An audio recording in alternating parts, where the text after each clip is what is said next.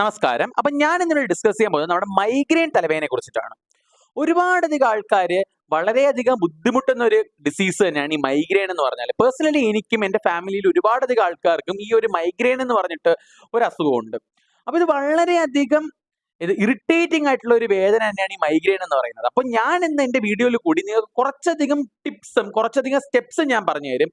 ഈ കുറച്ചധികം സ്റ്റെപ്സ് നിങ്ങൾ ഫോളോ ചെയ്ത് കഴിഞ്ഞാൽ നിങ്ങളുടെ ലൈഫിൽ നിന്ന് തന്നെ ഈ ഒരു മോസ്റ്റ് ഇറിറ്റേറ്റിംഗ് ആയിട്ടുള്ള ഈ ഒരു വേദന, ഈ മൈഗ്രെയിനെ നമുക്ക് മാറ്റി നിർത്താനാവും. അപ്പൊ ഞാനും ഈ ഒരു കുറച്ച് സ്റ്റെപ്സ് ഫോളോ ചെയ്ത് ഇതിന് ട്രിഗറിംഗ് ഫാക്ടേഴ്സ് എന്തൊക്കെയാണ്, എന്തുകൊണ്ടാണ് ഈ മൈഗ്രെയിൻ വരുന്നത്, ഇതെല്ലാം കണ്ടുപിടിച്ച് അതിനെ മാറ്റി നിർത്തിയപ്പോൾ മാത്രമാണ് എനിക്ക് എന്റെ ലൈഫിൽ മൈഗ്രെയിൻ എന്ന് പറഞ്ഞ ഈ ഒരു അസുഖത്തിനെ കംപ്ലീറ്റ് ആയിട്ട് എന്റെ ലൈഫിൽ നിന്ന് മാറ്റാൻ പറ്റിയിട്ടുള്ളത്.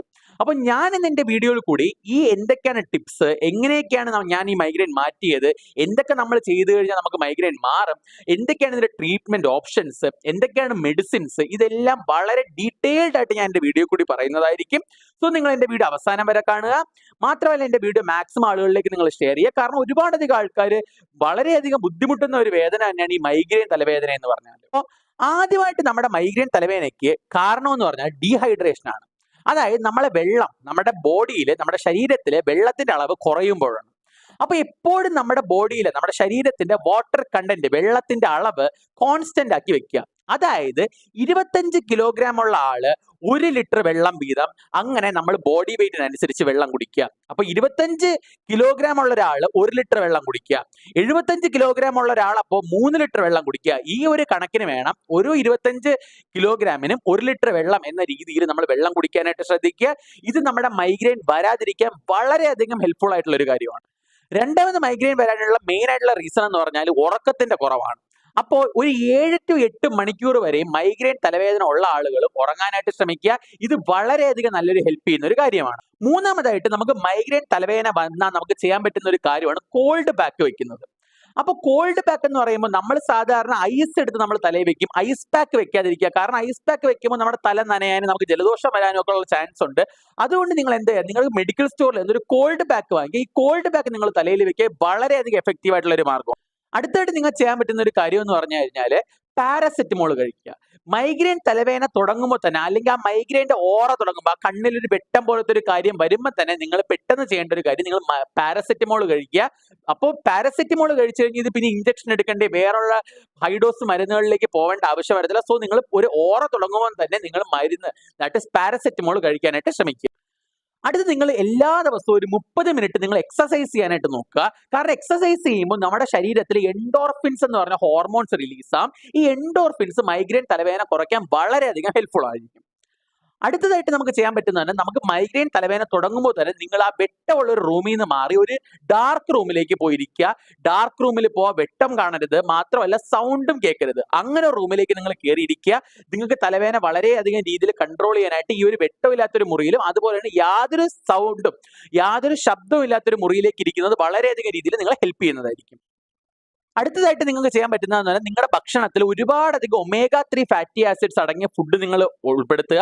ഈ ഒമേഗ 3 ഫാറ്റി ആസിഡ്സ് അടങ്ങിയ ഫുഡ് നിങ്ങൾക്ക് മൈഗ്രെയിൻ വരാനായിട്ട് തടയുന്നതിൽ വളരെയധികം സഹായിക്കും. അപ്പോൾ ഒമേഗ 3 ഫാറ്റി ആസിഡ്സ് മെയിൻ ആയിട്ട് നമ്മുടെ ചാള, മത്തി, അയല ഇതുപോലുള്ള മീനുകളിൽ, നെത്തോലി, ഇതിലൊക്കെ ഒരുപാടധികം ഒമേഗ 3 ഫാറ്റി ആസിഡ്സ് ഉണ്ട്. നട്ട്സിൽ ഒരുപാടധികം ഒമേഗ 3 ഫാറ്റി ആസിഡ്സ് ഉണ്ട്. ഇതൊക്കെ നിങ്ങൾ കഴിക്കുക. അടുത്തതായിട്ട് മെയിൻ ആയിട്ട് പല ആളുകൾക്ക് മൈഗ്രെയിൻ തുടർച്ചയായിട്ട് വരാനുള്ള ഒരു മെയിൻ ആയിട്ട് റീസൺ എന്ന് പറഞ്ഞാൽ അവരുടെ ഐസൈറ്റിന് എന്തെങ്കിലും പ്രശ്നം ഉണ്ടെങ്കിൽ അല്ലെങ്കിൽ പവർ വേരിയേഷൻ ഉണ്ടെങ്കിലാണ്. നിങ്ങൾ അങ്ങനെ എപ്പോഴും നിങ്ങൾക്ക് മൈഗ്രെയിൻ തുടർച്ചയായിട്ട് വരുന്നുണ്ടെങ്കിൽ ഒരു ഒഫ്താൽമോളജിസ്റ്റിന്റെ അടുത്ത് പോവുക, കണ്ണൊന്ന് പരിശോധിക്കുക, ഐസൈറ്റിന്റെ വേരിയേഷൻ എന്തെങ്കിലും ഉണ്ടോ എന്ന് നോക്കുക. കാരണം ഇതൊരു മെയിൻ ആയിട്ടുള്ള ട്രിഗറിംഗ് ഫാക്ടറാണ്. എല്ലാ ദിവസവും ഒരു മുട്ട കഴിക്കുന്നത് വളരെയധികം മൈഗ്രെയിനെ പ്രിവെന്റ് ചെയ്യാനായിട്ട് ഹെൽപ്പ് ചെയ്യുന്നത്. ആ മുട്ടയെ പറ്റി വളരെയധികം ഡീറ്റെയിൽഡ് ആയിട്ടൊരു വീഡിയോ ഇട്ടിട്ടുണ്ട്. നിങ്ങൾ ആ വീഡിയോസ് ഒന്ന് കാണുക. എന്റെ ചാനലിന്റെ പേജിൽ ഉണ്ടായിരിക്കുന്നതാണ്. നിങ്ങൾ ആ വീഡിയോ കാണുക. അത് വളരെയധികം ഹെൽപ്ഫുൾ ആയിട്ടുള്ള ഒരു വീഡിയോ ആണ്. വൈറ്റമിൻ ഡി അടങ്ങിയ ഫുഡ്, ഫിഷ് ഓയിൽ, മുട്ട, അതുപോലെ തന്നെ സൺലൈറ്റ് എന്ന് പറയുമ്പോൾ നിങ്ങൾ പുറത്തിറങ്ങിയിട്ട് നിങ്ങളുടെ തല കാണിക്കേണ്ട, നിങ്ങൾ ജസ്റ്റ് ഒന്ന് കൈയും കാലും നിങ്ങളുടെ ശരീരം മാത്രം ഒന്ന് കാണിക്കുന്ന രീതി, തലയിലേക്ക് ഒരു തോർത്തോ എന്തെങ്കിലും ഒരു തുണിയോ എന്തെങ്കിലും ഇട്ടിട്ട് നിങ്ങളുടെ ശരീരം മാത്രം ഒരു 10-15 മിനിറ്റ് നിങ്ങൾ വെയിലത്തേക്ക് കാണിക്കുക. അങ്ങനെ നമുക്ക് ഒരുപാടധികം രീതിയിൽ നമ്മുടെ ദേഹത്തേക്ക് വൈറ്റമിൻ ഡി കൊണ്ടുവരാനായിട്ട് പറ്റും. അപ്പോൾ വൈറ്റമിൻ ഡി കുറയുന്നതും ഈ ഒരു മൈഗ്രെയിൻ തലവേദനയ്ക്ക് ഒരു പ്രധാന കാരണമാണ്. അടുത്ത് നിങ്ങൾ ധാരാളമായിട്ട് മെഗ്നീഷ്യം അടങ്ങിയ ഫുഡുകൾ കഴിക്കുക. സൺഫ്ലവർ സീഡ്, പംകിൻ സീഡ്, ഇതിലൊക്കെ ഒരുപാടധികം മെഗ്നീഷ്യം ഉണ്ട്. പിന്നെ ഒരുപാടധികം പച്ചക്കറികൾ കഴിക്കുക, ഇലക്കറികൾ കഴിക്കുക, ഫ്രൂട്ട്സ് കഴിക്കുക. ഇതിലെല്ലാം ഒരുപാടധികം നമുക്ക് മെഗ്നീഷ്യം ഇതുപോലത്തെ ന്യൂട്രിയൻസും വൈറ്റമിൻസും ഉണ്ടായിരിക്കുകയാണ്. ഇത് നമ്മൾക്ക് മൈഗ്രെയിൻ വരാതിരിക്കാനായിട്ട് വളരെയധികം രീതിയിൽ ഹെൽപ്പ് ചെയ്യുന്നതാണ്. അടുത്തതായിട്ട് നമുക്ക് മൈഗ്രെയിൻ വരാനായിട്ട് കുറച്ച് ട്രിഗറിംഗ് ഫാക്ടേഴ്സ് ഉണ്ട്. അപ്പൊ ഈ ട്രിഗറിംഗ് ഫാക്ടേഴ്സ് എന്തൊക്കെയാണ് നമ്മൾ ആദ്യമായിട്ട് നമ്മൾ മനസ്സിലാക്കേണ്ടതാണ്. ആദ്യത്തെ ട്രിഗറിംഗ് ഫാക്ടർ എന്ന് പറയുമ്പോൾ കോഫിയും ടീയും. അപ്പൊ ഈ കോഫിയും ടീ എന്ന് പറയുമ്പോൾ ചില ആൾക്കാർക്കുണ്ട്, പേഴ്സണലി എനിക്കുണ്ടായിരുന്ന ഒരു കാര്യമാണ്, എല്ലാ ദിവസവും ഈ ഒരു സമയം, അതായത് ഞാനൊരു 3 മണിയൊക്കെ ആകുമ്പോൾ ഈ കോഫിയോ ടീയോ കുടിക്കുന്ന ആളാണ്. പ്രത്യേകിച്ച് ടീ ആണ് ഞാൻ കുടിക്കാറുള്ളത്.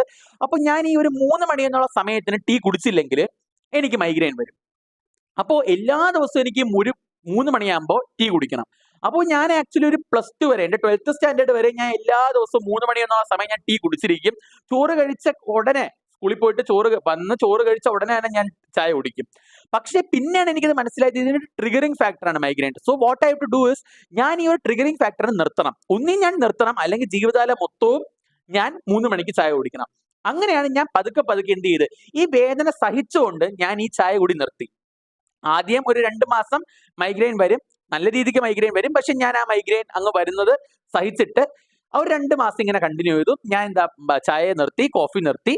ഇത് വളരെയധികം രീതിയിൽ എന്നെ ഹെൽപ്പ് ചെയ്തു. കാരണം പിന്നെ 3ാമത്തെ മാസം ആയപ്പോൾ മുതൽ എനിക്ക് യാതൊരു പ്രശ്നമില്ല, ആ ഒരു അഡിക്ഷൻ അങ്ങ് നിന്നു. പിന്നെ എനിക്ക് ആ ഒരു മൈഗ്രെയിൻ്റെ ട്രിഗർ വന്നിട്ടില്ല. അത് വളരെയധികം രീതിയിൽ ഹെൽപ്പ് ചെയ്യുന്ന ഒരു കാര്യമാണ്. So what you can do is, നിങ്ങൾക്ക് മൈഗ്രെയിൻ വരുമെന്ന് പേടിച്ചിട്ട് ആ 3 മണിക്ക് തന്നെ, അല്ലെങ്കിൽ ആ ഒരു പർട്ടിക്കുലർ ടൈമിൽ തന്നെ നിങ്ങൾക്ക് ചായയോ കോഫിയോ കുടിക്കാം. അല്ലെങ്കിൽ നിങ്ങൾ പൂർണ്ണമായിട്ട് ആ വേദന സഹിച്ചിട്ട് ഒരു 2 മാസം നിങ്ങളങ്ങ് നിർത്തുക. പിന്നെ അത് കഴിഞ്ഞ് കഴിഞ്ഞാൽ നിങ്ങൾക്ക് ഫുള്ളായിട്ട് ഇതിനെ അങ്ങ് അവോയ്ഡ് ചെയ്യാൻ പറ്റും. അപ്പൊ 1 നമുക്ക് അവോയ്ഡ് ചെയ്യാം, അല്ലെങ്കിൽ 2 ഈ ഒരു പ്രോസസ്സ് കണ്ടിന്യൂ ചെയ്ത് പോവാം. അടുത്തൊരു ട്രിഗറിംഗ് ഫാക്ടറാണ് ചോക്ലേറ്റ്. ചിലതരം ചോക്ലേറ്റ്സ് കഴിക്കുമ്പോൾ ചിലതരം ആൾക്കാർക്ക് വളരെയധികം രീതിയിൽ മൈഗ്രെയിൻ ഹെഡേക്ക് ട്രിഗർ ചെയ്യാറുണ്ട്. 3ാമത്തെ ഒരു ഫാക്ടർ എന്നാണ് സിട്രസ് ഫ്രൂട്ട്സ് ആണ്. പലതരത്തിലുള്ള സിട്രസ് ഫ്രൂട്ട്സ് ചില ആൾക്കാർ കഴിക്കുമ്പോൾ ആ പുളിപ്പ് കാരണവും പല രീതിയിലുള്ള മൈഗ്രെയിൻ്റെ ഹെഡേക്ക് ട്രിഗർ ചെയ്യാറുണ്ട്. അടുത്തതാണ് കമ്പ്യൂട്ടർ യൂസ്. അപ്പൊ നമുക്കറിയാം, ഇന്ന് നമ്മുടെ സമൂഹത്തിൽ കൂടുതൽ ആൾക്കാരും കമ്പ്യൂട്ടറിന്റെ മുന്നിലാണ് ജോലി ചെയ്യുന്നത്. പ്രത്യേകിച്ച് IT ഫീൽഡിലുള്ള ആൾക്കാരൊക്കെ ഫുൾ ടൈം കമ്പ്യൂട്ടറിന്റെ മുന്നിലാണ്.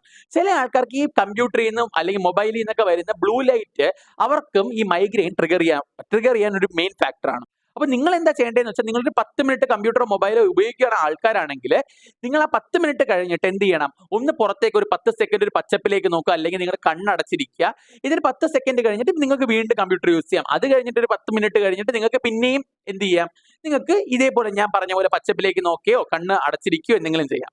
അപ്പൊ ഇങ്ങനെ ഒരു ഇത് ചെയ്യുന്നത് വഴി വളരെയധികം രീതിയിൽ ഹെൽപ്ഫുൾ ആയിരിക്കും. മാത്രമല്ല നമ്മുടെ സ്ക്രീനിന്റെയും മൊബൈലിന്റെയും ബ്രൈറ്റ്നസ് വളരെയധികം രീതിയിൽ കുറച്ചിടാം. ഇത് വളരെയധികം രീതിയിൽ മൈഗ്രെയിനെ തടയാൻ വേണ്ടി ഹെൽപ്പ് ചെയ്യുന്ന ഒരു ഫാക്ടേഴ്സ് ആണ്.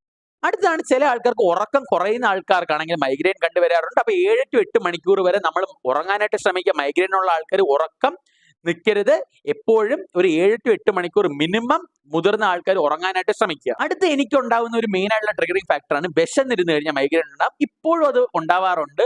അപ്പൊ സ്റ്റാർവേഷൻ ആണ് ഏറ്റവും വലിയൊരു അടുത്തൊരു ഫാക്ടർ എന്ന് പറയാം. പല ആൾക്കാർക്കും, ഇപ്പൊ എനിക്കാണെങ്കിലും എൻ്റെ അനിയത്തിക്കാണെങ്കിലൊക്കെ വിശന്നിരുന്ന് കഴിഞ്ഞാൽ മൈഗ്രെയിൻ ഉണ്ടാവും. അപ്പൊ നിങ്ങൾ എന്ത് ചെയ്യുക, വിശക്കാതെ നോക്കുക. മാക്സിമം നിങ്ങൾ ഫുഡ് കഴിക്കാൻ നോക്കുക. എവിടെ പോയാലും കുറച്ചെങ്കിലും നിങ്ങൾ ഫുഡ് കഴിക്കാൻ നോക്കുക, വിശക്കാതെ നോക്കുക. അപ്പൊ വിശക്കുന്നത് വളരെയധികം രീതിയിൽ മൈഗ്രെയിനെ ട്രിഗർ ചെയ്യുന്ന ഒരു ഫാക്ടറാണ്.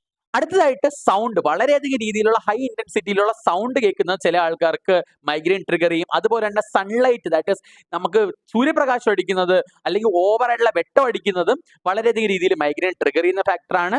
അടുത്ത ഒരുപാടധികം എമൗണ്ടിൽ ഷുഗർ കഴിക്കുന്ന ആൾക്കാർക്ക് മൈഗ്രെയിൻ ട്രിഗർ ചെയ്യുന്നുണ്ട്. പിന്നെ അടുത്തൊരു ഫാക്ടറാണ് നമ്മുടെ സ്മോക്കിംഗ്. പുകവലിക്കുന്ന ആൾക്കാർക്ക് ഇന്ന സമയം പുകവലിച്ചില്ലെങ്കിൽ അവർക്കും മൈഗ്രെയിൻ ട്രിഗർ ചെയ്യാവുന്ന കാര്യമാണ്. അപ്പൊ നിങ്ങൾ എന്താ ചെയ്യേണ്ടത്, നിങ്ങൾ പുകവലി കണ്ടിന്യൂ ചെയ്യാനല്ല ചെയ്യേണ്ടത്, നിങ്ങൾ പുകവലി നിർത്തുക. നിങ്ങൾക്ക് നിർത്താൻ പറ്റില്ലെങ്കിൽ ഒരു ഡോക്ടറിനെ കൊണ്ട് കാണിക്കുക, പുകവലി നിർത്തുക. പുകവലി നിർത്തുന്നതിന് ഒപ്പം നിങ്ങൾക്ക് എന്ത് ചെയ്യാൻ പറ്റും, മൈഗ്രെയിനെ നിങ്ങൾക്ക് മാറ്റാൻ പറ്റും. അപ്പൊ ഞാൻ ഇടയ്ക്ക് ഒരു പേഷ്യന്റിനെ ക്ലിനിക്കിൽ കണ്ടായിരുന്നു. അതായത് 10 സിഗരറ്റ് ഒരു ദിവസം വലിക്കുന്ന ആളായിരുന്നു. ആ ആള് 8 സിഗരറ്റ് ആണ് ഒരു ദിവസം വലിക്കുന്നതെങ്കിൽ മൈഗ്രെയിൻ ഹെഡേക്ക് ട്രിഗർ ചെയ്യും. അപ്പൊ 10 സിഗരറ്റ് വലിക്കുന്ന ആൾ എന്നും 10 സിഗരറ്റ് വലിച്ചു കഴിഞ്ഞാൽ കുഴപ്പമില്ല. പക്ഷെ അത് 8 or 5 സിഗരറ്റിന്റെ എണ്ണം കുറഞ്ഞു കഴിഞ്ഞാൽ മൈഗ്രെയിൻ ഹെഡേക്ക് ട്രിഗർ ചെയ്യാൻ പറ്റും. അപ്പോൾ അതുകൊണ്ട് നിങ്ങൾ എന്താ ചെയ്യേണ്ടത്, വാട്ട് യു ക്യാൻ ഡു, നിങ്ങളൊരു ഡോക്ടറിനെ കാണുക, സ്മോക്കിംഗ് കംപ്ലീറ്റ് ആയിട്ട് നിർത്തുക. ഇത് വളരെയധികം രീതിയിൽ നമ്മളെ മൈഗ്രെയിൻ മാത്രമല്ല ഒരുപാടധികം ഡിസീസിന് വളരെയധികം വലിയൊരു ഫാക്ടറാണ്. അപ്പൊ നിങ്ങൾ സ്മോക്കിംഗ് കറക്റ്റ് ആയിട്ട് നിർത്തി കഴിഞ്ഞു കഴിഞ്ഞാൽ മൈഗ്രെയിനിൽ നിന്ന് നിങ്ങൾക്ക് രക്ഷപ്പെടാം. ഒരുപാടധികം വേറെ ഡിസീസിന് രക്ഷപ്പെടാൻ പറ്റും. നിങ്ങളുടെ ലൈഫിന്റെ ക്വാളിറ്റി നല്ല രീതിയിൽ ഇമ്പ്രൂവ് ചെയ്യാനായിട്ട് പറ്റും. അടുത്ത് വളരെയധികം ആൾക്കാർക്കുള്ള ഒരു കാര്യമാണ് സ്ട്രെസ് എന്ന് പറഞ്ഞാൽ. ഈ സ്ട്രെസ് മൈഗ്രെയിൻ ഇൻഡ്യൂസ് ചെയ്യുന്ന ഒരു ഫാക്ടറാണ്. അപ്പൊ നിങ്ങൾ സ്ട്രെസ് മാക്സിമം കുറയ്ക്കുക, ബ്രീത്തിങ് എക്സസൈസ് ചെയ്യുക. അപ്പോൾ ഞാനൊരു സ്ട്രെസ് മാനേജ് ചെയ്യുന്നതിന്റെ ഒരു വീഡിയോ ഇടാവുന്നതാണ്, എന്റെ ചാനലിൽ ഞാൻ ഇടാം. അപ്പോൾ what you can do is നിങ്ങൾക്ക് എന്റെ ചാനൽ സബ്സ്ക്രൈബ് ചെയ്യാത്ത ആൾക്കാരാണെങ്കിൽ എന്റെ ചാനൽ സബ്സ്ക്രൈബ് ചെയ്യുക. അപ്പോൾ നിങ്ങൾ ഒരു നോട്ടിഫിക്കേഷൻ ഒരു വീഡിയോസ് നിങ്ങൾക്ക് മിസ്സാവാതിരിക്കും. സോ എന്റെ ചാനൽ സബ്സ്ക്രൈബ് ചെയ്തിട്ട് എന്റെ വീഡിയോ ലൈക്കും ചെയ്യുക. മാക്സിമം നിങ്ങൾ എന്റെ ചാനൽ സപ്പോർട്ട് ചെയ്യുക. എല്ലാ ദിവസവും ഞാൻ എന്റെ ചാനലിൽ വൈകുന്നേരം ഓരോ മെഡിക്കൽ ടോപ്പിക്സിനെ പറ്റി വീഡിയോ ഇടുന്നതായിരിക്കും. സോ നിങ്ങൾ എന്റെ ചാനൽ സബ്സ്ക്രൈബ് ചെയ്ത് മാക്സിമം വീഡിയോസ് നിങ്ങൾ കാണുക. ഇത് ഒരുപാടധികം ആൾക്കാർക്ക് പുതിയൊരു അറിവ് തന്നെയായിരിക്കും ഞാൻ എന്റെ ചാനലിൽ പങ്കുവെക്കുന്നത്. ഇനി അടുത്ത് എനിക്ക് പേഴ്സണലി ഉള്ള ഒരു വേറെ ട്രിഗറിംഗ് ഫാക്ടറാണ് സ്ട്രോങ് ആയിട്ടുള്ള പെർഫ്യൂം അടിച്ചു കഴിഞ്ഞാൽ. സ്ട്രോങ് ആയിട്ടുള്ള പെർഫ്യൂമിന്റെ മണം അടിച്ചു കഴിഞ്ഞാലും എനിക്ക് ഈ മൈഗ്രെയിൻ വരാറുണ്ട്. അപ്പോൾ നിങ്ങൾ അങ്ങനെയുള്ള ഒരാളാണെങ്കിൽ നിങ്ങൾ സ്ട്രോങ് ആയിട്ടുള്ള പെർഫ്യൂംസ് യൂസ് ചെയ്യാതിരിക്കുക. എനിക്ക് സ്ട്രോങ് എന്നല്ല, ഈവൻ മൈൽഡ് ആയിട്ടൊരു പെർഫ്യൂം ആണെങ്കിൽ പോലും എനിക്ക് മൈഗ്രെയിൻ ഹെഡേക്ക് ട്രിഗർ ചെയ്യാറുണ്ട്. സോ നിങ്ങൾ എന്ത് ചെയ്യുക, നിങ്ങൾ അങ്ങനെ ഒരാളാണെങ്കിൽ പെർഫ്യൂം യൂസ് ചെയ്യാതിരിക്കും. അടുത്തുള്ള ചില ആൾക്കാർക്ക് മൈഗ്രെയിൻ വരുന്ന ഒരു പ്രധാനപ്പെട്ട റീസൺ ആണ് അജിനോമോട്ടോ അടങ്ങിയ ഫുഡ് കഴിച്ചാലും മൈഗ്രെയിൻ ഹെഡേക്ക് ട്രിഗർ ആവാറുണ്ട്. സോ നിങ്ങൾ എന്താ ചെയ്യേണ്ടത്, നിങ്ങൾ മാക്സിമം അജിനോമോട്ടോ ഒന്നും അടങ്ങാത്ത ഫുഡ് നിങ്ങൾ കഴിക്കുക. ഇനി അടുത്തൊരു കാര്യമാണ് നമ്മുടെ ട്രീറ്റ്മെന്റ് എന്നാണ് മൈഗ്രെയിന്റെ മെയിൻ ആയിട്ടുള്ള ട്രീറ്റ്മെന്റ് എന്ന് പറയുമ്പോൾ ഞാൻ പറഞ്ഞു ആദ്യം തന്നെ മൈഗ്രെയിൻ തുടങ്ങുമ്പോൾ തന്നെ നിങ്ങൾ ഒരു പാരസെറ്റമോൾ കഴിക്കുക.